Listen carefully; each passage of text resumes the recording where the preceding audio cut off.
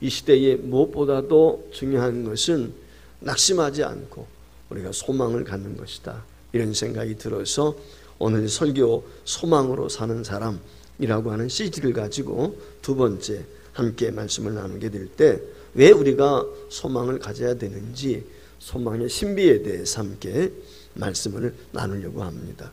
오 헨리가 쓴 마지막 입세에 대해서 아시는 분들 많이 있을 것입니다. 대개가 아시라고 생각이 듭니다. 어떤 화가 지망생 처녀가 폐렴에 걸려서 날로 병세가 악화되죠. 근데 이 사람은 삶을 포기한 채 창밖에 있는 그 담쟁이에요. 그 담벼락에 담쟁이 넝쿨이 있는데 그 담쟁이 넝쿨에 잎사귀만 셉니다. 하나 떨어지고 두 개 떨어지고, 그 떨어지는 모습을 보면서 자신도 생명이 그같이 소멸되어 고갈되어져 가는, 그 담쟁이 잎사귀가 다 떨어지면 나도 죽겠구나, 이런 생각을 갖게 되죠. 즉 절망을 하게 되죠. 그런데 이 화가 지망생 처녀가 살고 있는 1층에는 진짜 화가가 살고 있는 거예요.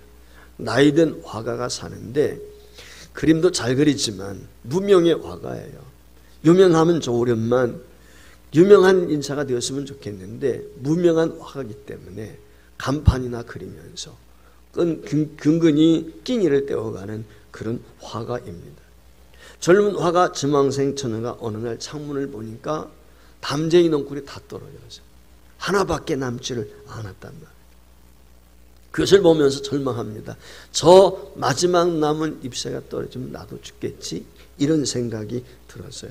이튿날 눈을 뜨자마자 창밖에 밤을 바라봅니다. 담쟁이 넝쿨이 붙어있는지 떨어져요. 근데 그대로 살아있어요. 붙어있어요. 소망을 갖습니다. 그 이튿날도 담쟁이 넝쿨이 어떻게 됐는가, 맨 처음 관심을 갖는 건 그거예요. 왜? 저 이파리가 떨어지면 나도 죽는다, 이런 생각이 들기 때문에. 근데 그날도 이파리가 붙어있어요. 그 이튿날도 또 그 이튿날도 붙어있는 그 담쟁이 마지막 한 이파리를 바라보면서 이 자매도 자신의 생명을 연장시켜가면서 풀을 태우죠. 마침내 담쟁이 넝쿨이 붙어있는 것을 보면서 소망을 갖게 되고 이 자매가 그 폐렴으로부터 치료를 받게 됩니다. 의사가 완치되었다는 판정을 하게 되죠. 치료받고 난 후에 담쟁이 넝쿨이 얼마나 감사하겠어요. 가까이 가서 보니까 사실은 그 담쟁이 넝쿨은 1층에 살고 있는 노화가가 담벼락에 그려온 마지막 이파리였던 거예요. 이 책이 우리에게 주는 메시지가 무엇입니까? 그것은 바로 소망에 대한 것이죠. 우리가 소망을 잃지 않는다는 것이 얼마나 중요한가, 그걸 보여주는 거예요. 죽을 수밖에 없어요. 어쩌면 죽어야 마땅한 젊은 화가 지망생이었는지 몰라요. 근데 그 병세를 이기고 극복하고 살 수 있었던 것이 뭐냐? 담쟁이 넝쿨에 살아있음. 사실은 죽은 거죠. 그림이니까. 그런데 그 그림, 담쟁이 넝쿨을 보면서 이파리 마지막 잎사귀를 보면서 자신의 생명을 살렸단 말이에요. 오늘 여기 시편 72편 저자가 누구인지는 자세히 나와 있지 않아요. 그러나 대개 성경신학자들은 오늘 시편 71편을 다윗의 시라고 그렇게 이야기합니다. 늘 말씀을 드리지만 이 다윗이라는 사람은 정말 파란만장한 삶을 산 사람이죠. 드라마틱한 삶을 살았다라고 해도 틀리지 않습니다. 그는 베들레헴 양치기 소년이었습니다. 8남매 중에 막내. 그랬던 이 소년이 사울 왕의 악기를 쫓아내는 악사로, 골리앗을 무너뜨리게 하는 장수로, 나중에는 사울 왕의 부마가 되는, 사위가 되는 그런 승승장구하는 모습을 우리가 보게 되지요. 그런데 다윗의 일생이 평탄하지만은 않았습니다. 평탄했다면 얼마나 좋을까요?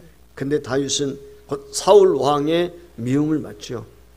우리가 잘 아는 것처럼 이 골리앗을 무너뜨리게 되었을 때 국민들이, 모든 백성들이 환영을 합니다. 다윗은 만만히요, 사울은 천천히라고. 그 이야기를 들은 사울이 마음에 상처가 입었어요.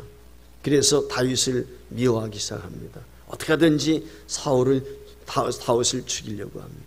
결국 그 사울의 그늘을 벗어나서 도망자 신세가 되죠. 10여 년 동안 이리저리 피신해 삽니다. 이렇게 힘들고 어려운 시기를 이겨낼 수 있던 원동력이 무엇이었을까? 그것은 하나님께 대한 소망입니다. 하나님께 소망을 두었기 때문에 이 다윗이 고난과 어려움 중에도 극복하고 살 수가 있었습니다. 이 다윗이 하나님에 대한 소망이 어떠했는지 아는 것은 시편 27편 10절 말씀에 그의 고백을 통해서 우리가 잘 알 수가 있습니다. 내 부모는 나를 버렸으나 여호와는 나를 영접하리니. 그래서 여기 말씀에 보니까 부모가 자신을 버렸다는 거예요.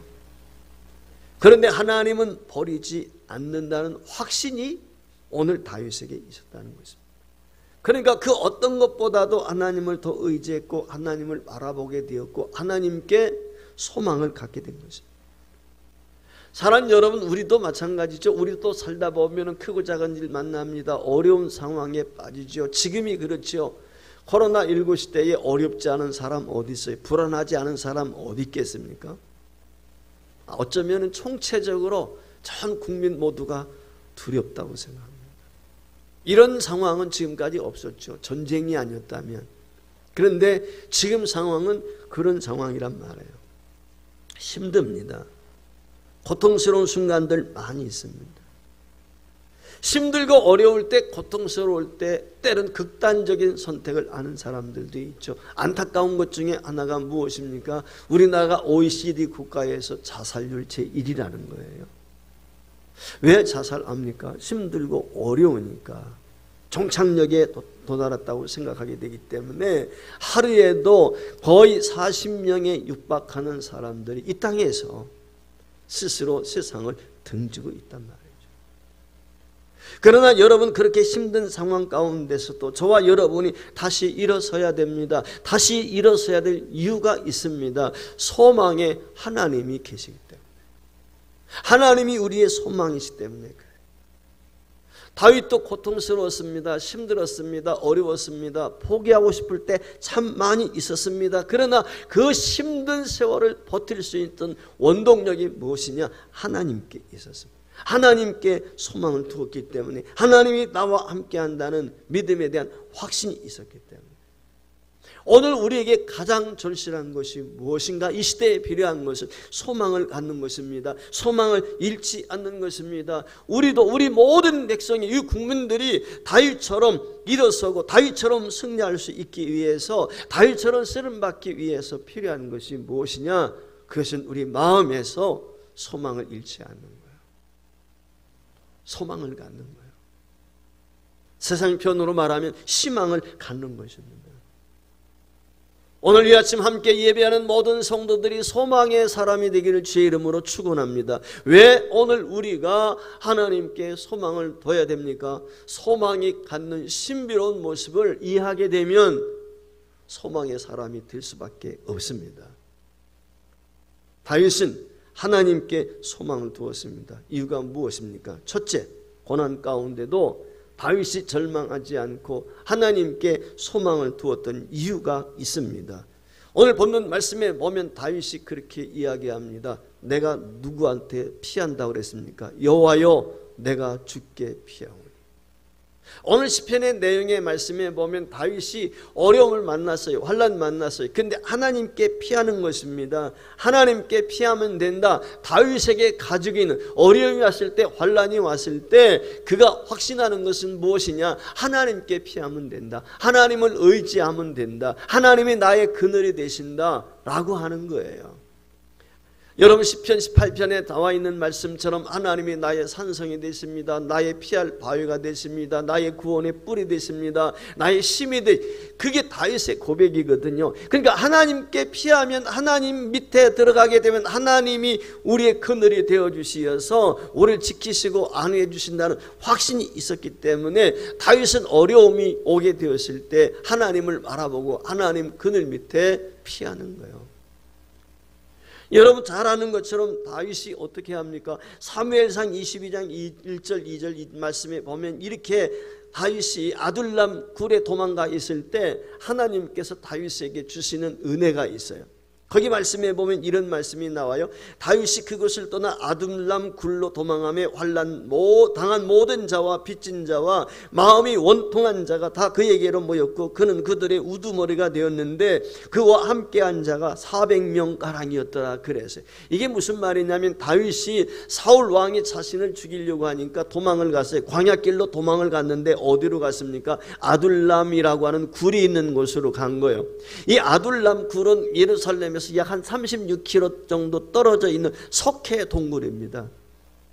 여기저기 굴이 있어요. 피하기에 용이해서요.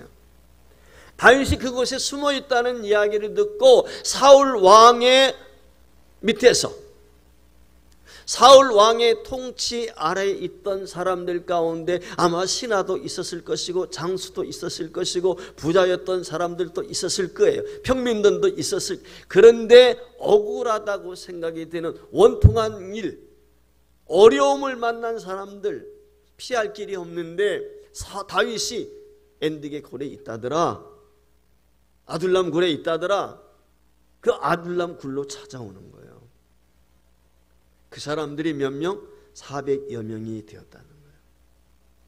다윗이 자기에게 찾아오는 그 사람들, 원통한 일, 억울한 일, 궁고한 일, 이런 것들을 만난 사람들이 자신에게 모여오게 될 때 어떤 생각이 들었을까요? 아마 다윗은 그런 생각이 들지 않았겠. 나만 억울한 게 아니구나. 나만 힘든 게 아니구나. 나만 외로운 게 아니구나. 나만 혼자만이 아니구나. 라고 하는 생각. 이 말의 의미는 뭐냐면 하나님께서 사람을 보내주시는 거예요. 하나님이 보내주셔야 돼요. 하나님이 의인도 때는 보내주셔야 되고 귀인도 보내주셔야 되는 거예요. 만날 만한 사람을 붙여주시는 거예요. 이게 복이에요. 여러분 이 땅에 살아가면서 가장 큰 복이 무엇인지 아십니까? 좋은 사람 붙여주시는 거예요. 사업을 하든지 내가 무엇을 하든지 간에 좋은 사람이 필요해요. 그렇지 않습니까? 사역을 할 때도 마찬가지거든요. 우리가 사업을 할 때도 똑같은 거예요. 내가 세상에서 살게 될 때 무슨 일 하든지 간에 좋은 사람 붙여주는 거예요. 오죽하면 옛말에 잘 되는 집안은 사람이 잘 들어온다고 그랬겠어요. 어른들이 그러지 않습니까? 며느리 얻는데 좋은 사람이 들어와야지 집 말아먹을 사람 들어오면 어떻게 되겠어요? 그러니까 이 귀인을 만나는 것, 좋은 사람 만나는 게 복이에요. 여러분 아시는 것처럼 이 400여 명의 사람들, 남들이 볼 때는 나고자 있는지 모르지만 도망자나 마찬가지죠. 사울 왕의 눈을 피해서 다윗한테 피신해 있는 사람들, 이들이 나중에 어떻게 돼? 이들이 군대 장관이 되고 이들이 나중에 지도자가 되고 다윗의 오른팔 왼팔이 다 되어서 한마디로 말하면 개국 공신이 되지 않습니까? 하나님이 그렇게 붙여주신 거예요. 다윗은 혼자인 줄 알았어요. 아니었어요. 하나님이 붙여주신 거예요.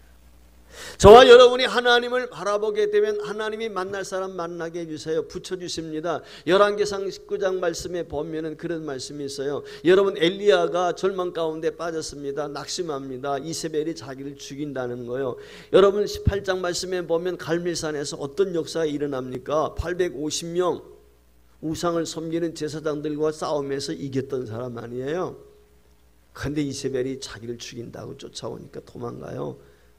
한탄합니다. 나밖에 없다는 거예요. 아니에요. 19장 18절 말씀에 보면 하나님이 이 절망과 낙심 가운데 있는 엘리야에게 이렇게 말씀하시죠. 내가 이스라엘 가운데 7,000명을 남겨놓았다. 바알에게 무릎 꿇지 않은 우상 숭배하지 아니한, 바알에게 입맞추지 아니한 순수한 믿음을 가진 하나님의 사람 7,000명을 남겨놓았다. 할렐루야. 여러분 얼마나 이 엘리야에게 위로가 되고 힘이 되었을까요? 하나님께 소망을 두면 하나님이 사람을 붙여주세요. 그리고 고난과 절망 가운데서 이길 수 있게 하시는 것입니다. 자수성가한 사람이 있습니다. 어려웠어요. 삶이 힘들었어요. 근데 장가를 잘 갔어요. 믿는 자매를 만났어요. 어려운 시기에 직장을 구했습니다. 옛날에는 직장 다닐 때 도시락 싸주고 다녔잖아요. 그래 이 형제도 자매가 싸주는 도시락 열심히 싸들고 직장에 출근합니다. 남편 출근하면 자매가 열심히 남편을 위해서 기도합니다. 입사한 지 얼마 되지 않았는데 회사에 문제가 생겼어요. 도난 사건이 일어난 거예요. 말단 직원이에요. 의심의 눈초리를 자기를 봅니다. 기분이 상했어요. 나쁩니다. 그런데 자기 부서에 상관되는 부장이 하는 분단 말이죠.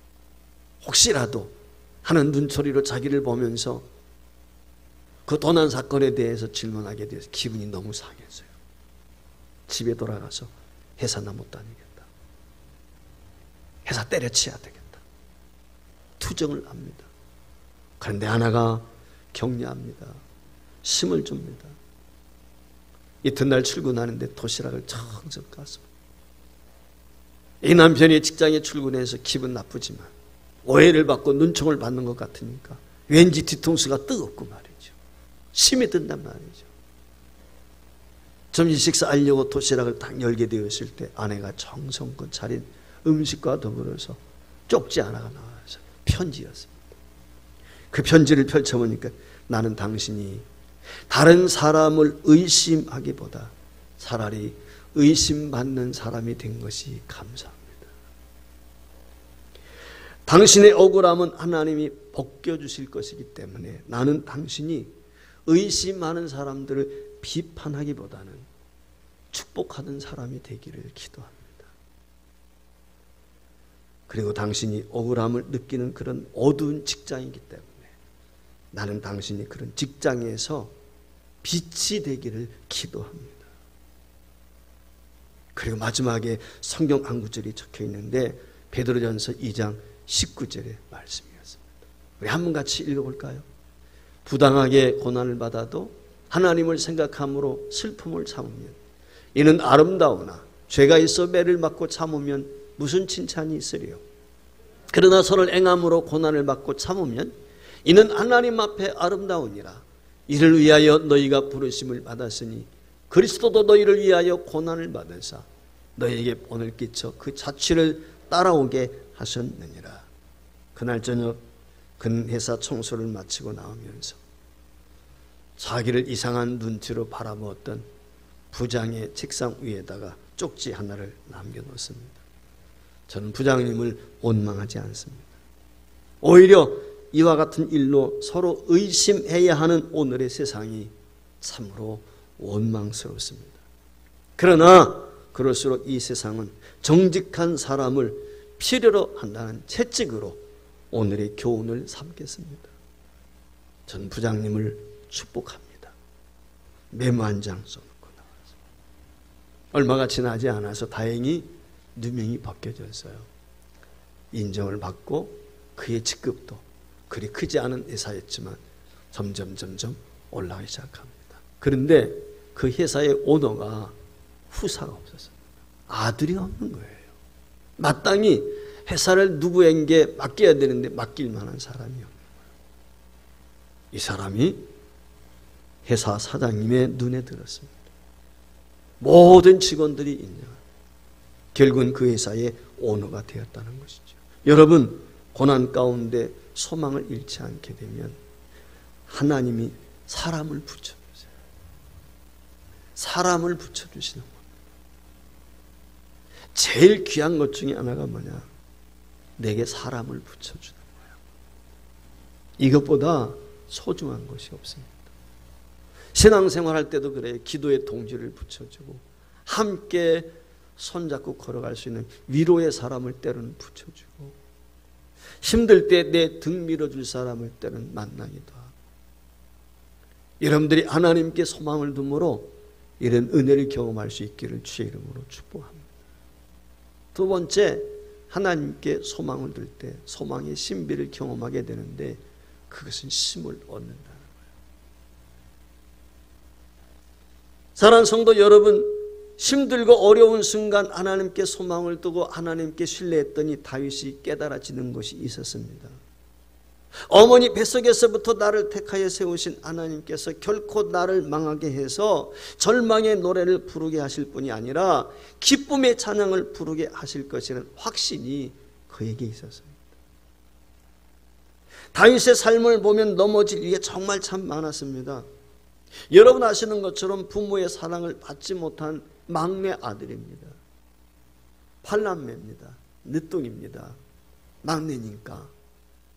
여러분들 가정의 막내는 어떠해요? 솔직히 내리사랑이라고 막내가 귀엽잖아요. 물론 자식이 많을 때는 달라질 수 있는지 모르겠지만 어쨌거나 그런데 이 다윗은 아버지로부터 인정받지를 못했어요. 사무엘 선지자가 자신의 집에 와서 사울 왕의 뒤를 이어 왕이들 자신들의 아들들 가운데서 간택을 한다는 소식을 듣고 잔치를 벌입니다. 밤이에요. 그것도 낮에 하면 다 들통이 나니까 사울 왕에게 들통이 나면 안 되니까 밤에 몰래 사무엘 선지자가 와서 지금 이세의 가정의 자녀들만 모아놓고 잔치를 베풀어요. 그런데 아버지가 다윗에게 이야기합니다. 얘야, 너는 저 들녘에 가서 형들 대신 양들을 지켜. 여러분 대낮이면 괜찮아요. 캄캄한 어두운 밤이에요. 맹수가 나타날 수 있어요. 그런데 어떻게 이 나이 어린 막내에게 이때 당시 다윗이 나이 먹었으면 몇 살이 됐겠어요? 한 15세 정도 됐을까요? 그런데 들녘에 혼자 내보낸단 말이에요. 다른 양치들 목동들이 있었는지는 모르겠지만 그러니까 나중에 가서 다윗이 고백하잖아요. 자기 부모는 자기를 버렸다고. 부모의 인정을 받지 못했어요. 여러분 얼마나 서운했겠습니까? 그뿐이 아니죠. 아버지의 심부름 전쟁터에 갔다가 말이죠. 골리앗을 죽였잖아요. 골리앗을 죽이게 되었을 때 많은 사람들이 칭찬하고 사울의 부마까지 되었는데 이 장인되는 사울 왕이 자기 죽이려고 쫓아 군대 풀어가지고 여러분 얼마나 섭섭했을까요? 마침내 다윗이 왕이 되고 국가를 통일해서 다윗 왕국을 이루게 되었을 때 승승장구할 때 자신의 아들 가운데 하나가 일어나서 자기를 죽이려고 쫓아옵니다. 얼마나 다급했던지요. 다윗이 신발도 신지 못했어요. 맨발로 도망갑니다. 맨발로. 여러분 이것처럼 처량한 것 있습니까? 얼마나 답답했었겠습니까? 능히 실망하고 절망해서 어쩌면 낙심할 수밖에 없는 상황. 그런데 그는 일어섰습니다. 어떻게 일어섰습니까? 하나님께 소망을 두고. 여러분 하나님께 소망을 두면 절망의 자리에서도 힘을 얻습니다. 낙심할 수 없는 환경 가운데서도 용기를 얻습니다. 어떤 형편과 처지에 있든지 절대 주저앉지 않습니다. 소망이 있는 사람의 특징이 그거예요. 하나님께 소망을 두는 사람의 특징은 하나님이 나의 힘이 되신다. 주님이 능히 오른발로 나를 붙들어 주신다. 확신이 있기 때문에 어떤 상황 가운데 처해도 그는 절대 무너지지 않습니다. 다윗이 그랬습니다. 바울도 역시 마찬가지였습니다. 바울에게도 고난과 시련이 많이 있었습니다. 수많은 매를 맞고 감옥에 갔습니다. 죽을 겁이 수없이 느낍니다. 에베소 2장 10절 말씀에 보면 에베소 교인들을 위로하며 격려하는 이 바울의 고백은 자신의 고백이에요. 자신의 간증이에요. 무엇이라고 이야기합니까? 에베소 2장 10절에 이렇게 이야기합니다. 우리는 즉 나를 비롯해서 에베소 교회 모든 성도들을 향하여 그가 만드신 바라 하나님이 우리를 만드셨다는 거예요. 그리스도 예수 안에서 선한 일을 위하여 지으심을 받은 자니 이 일은 하나님이 전에 예비하사 우리로 그 가운데서 행하게 하려 하심이라. 할렐루야. 바울에게 확신이 있었어요. 하나님이 나를 만드셨다. 나는 우연히 던져진 존재가 아니라는 거예요. 하나님의 걸작품이라는 거예요. 여기 하나님이 만드신 바라고 하는 이 말의 의미는 헬란말로 포이에마라는 뜻입니다. 포이에마라고 하는 말에서 영어 POEM, 포엠, 시가 나와서 시. 시가 뭐예요? POEM, 포엠이란 말은 창작이란 말이에요. 시는 창작이죠. 달리 말하면 하나님이 나를 만드셨다. 내가 걸작품이라 이 말이에요. 제가 늘 이야기하지만 저와 여러분은 하나님의 걸작품이에요. 할렐루야. 이 확신이 있는 사람 아무리 힘들고 어려워도 낙심하지 않아요. 하나님이 힘을 주시기 때문에, 하나님이 용기를 주시니까 사망의 음침한 골짜기를 걷는다 할지라도 두려워하지 않습니다. 해받을 것을. 왜? 하나님이 나를 보호하시고 지키시고 안위하시는 확신이 있으니까. 여러분, 힘이 어디서 옵니까? 힘은 믿음에서 오는 거예요. 믿음이 없으면요, 아무리 등치가 커도 작은 자한테도 칠 수밖에 없어요. 믿음이세요. 확신이에요. 믿음. 그게 능력이에요. 소녀가 죽었습니다. 예수님이 가십니다. 달리타금 소녀야 일어나라. 그게 우리 주님이세요. 오늘 이 어려운 시기에 주님이 저와 여러분에게 주시는 메시지, 일어나라. 일어나라. 대한민국이 일어나야 되고, 한국 교회가 욕 많이 먹지만 저는 감사해요. 저는 진짜 감사합니다. 이번 계기를 통해서 다시 한번 우리를 돌이키게 하시고 분명히 한국 교회를 일으켜 세우실 것입니다. 한국 교회여 일어나라. 서부제일교회 일어나라. 일어나야 돼요. 왜? 하나님께 소망을 두는 사람. 살다 보면 물질 문제 옵니다. 건강 문제 옵니다. 자녀 문제 오죠. 가족 문제 있죠. 직장 문제, 사업 문제 없는 사람 어디 있습니까? 다 있습니다. 위대한 사람들은요, 문제를 극복한 사람들이에요. 성공한 사람들은 그 난관을 통과한 사람들이에요. 거저된 거 아니지 않습니까? 어떻게? 하나님께 소망을 둘 때. 이게 소망의 신비예요. 하나님은 기적의 주인공이 되게 하세요. 찬송하게 만드시는 거예요. 오늘 저와 여러분이 이 소망의 신비를 경험할 수 있기를 주의 이름으로 축복합니다. 마지막 세 번째 소망의 신비는 마지막에 있어요. 그게 무엇입니까? 미래에 대한 세계를 바라보게 하는 거예요. 즉 꿈이 있는 사람, 비전 메이커가 되는 거예요. 이게 소망이 있는 사람이에요. 그래서 오늘 15절 16절 말씀에 보면 다윗이 고백하지요. 무엇이라고 고백합니까? 내가 측량할 수 없는 주의 공의와 구원을 내 입으로 종일 전하겠습니다. 이미 다윗은 응답받았단 말이에요. 해결받은 거예요. 지금 간증이에요. 간증. 고백이에요. 내가 주 여호와의 능하신 행적을 가지고 오겠사오며 주의 공의만 전하겠나이다. 늘 제가 말씀을 드렸지만 성도에게는 간증과 고백이 있어요. 살아계신 하나님, 역사하시는 하나님, 내가 만난 하나님, 죽은 자를 살리시는 하나님, 문제를 해결하시는 하나님을 만난 간증이 있어야 돼요. 지금 다윗이 얼마나 억울을 당했습니까? 답답한 일을 만났습니까? 그런데 공의의 하나님이 해결하신다는 확신이 있어요. 억울한 누명을 썼지만 조금 전에 회사 직원 이야기한 것처럼 하나님이 풀어주신다는 확신이 있어요. 두려움이 없어요. 이런 사람에게는. 절망하지 않아요. 우리가 어려움을 당할 때, 고통스러워할 때, 답답한 일을 당할 때, 우겨싸움을 당할 때 하나님이 나를 건지시고 나를 새롭게 하실 것이라고 하는 소망을 하나님께 두게 될 때 미래를 바라볼 수 있는 안목이 열려요. 여러분, 두려워하는 사람에게는 미래가 안 보여요. 눈이 막혀버려요. 우리 영안이 열려야 돼요. 미래를 볼 수 있어야 돼요. 소망이 있는 사람은 미래가 보여요. 코로나19 시대에도 어떤 사람은 미래를 미리 바라보고 예견하고 나가는 사람들이 있잖아요. 어떤 사람들은 두려워서 마음대로 활동도 못해요. 여러분 어떻게 되겠습니까? 뻔하지 않겠어요?